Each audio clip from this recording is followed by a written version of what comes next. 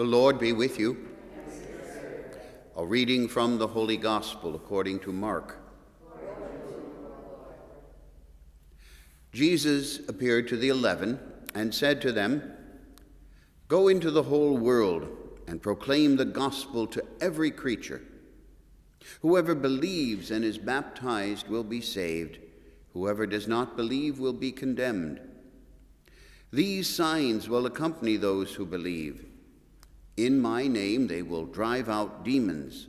They will speak new languages. They will pick up serpents with their hands, and if they drink any deadly thing, it will not harm them. They will lay hands on the sick, and they will recover." The Gospel of the Lord. By the words of the gospel, may our sins be wiped away. We can certainly say that before Paul's experience on the road to Damascus, he was a religious fanatic. He was very, very zealous in the Pharisaical interpretation of the law, and the Pharisees were a school of theology. But he was so rigid and so stuck in the mud, so to speak, in interpreting the law, that it became an end in itself. And when Jewish people began accepting Jesus as the Messiah, and they started to live in a new way, this irritated him beyond words.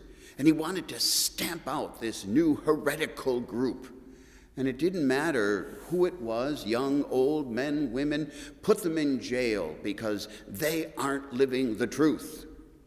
Well, he came to find that they were living the truth that is revealed to the world in Jesus, the incarnate Son of God, who died for the sins of the human race and was raised up to glory in the resurrection of Easter.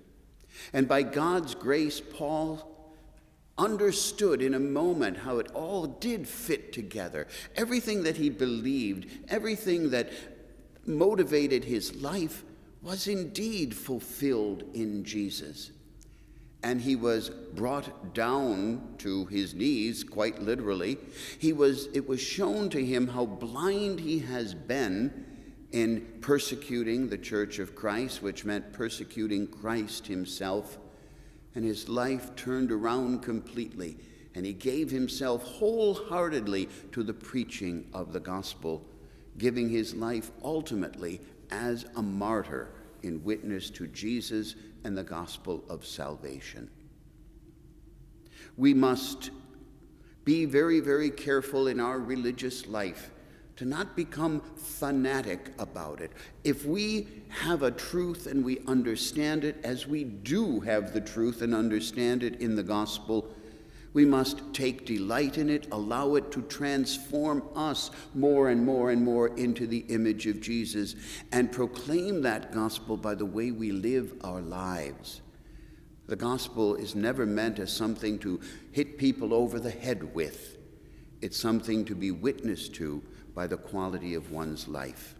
And so as we celebrate the conversion of St. Paul, let us ask the Holy Spirit of God to continually convert us, to help us let go of what there is of arrogance and vanity and pride and self-assurance in us, and to live the gospel humbly, to live the gospel with love, and in so witness to Jesus, who came to show us God's everlasting love, and who loved us to the point of dying so that we could live now and forever as daughters and sons of God.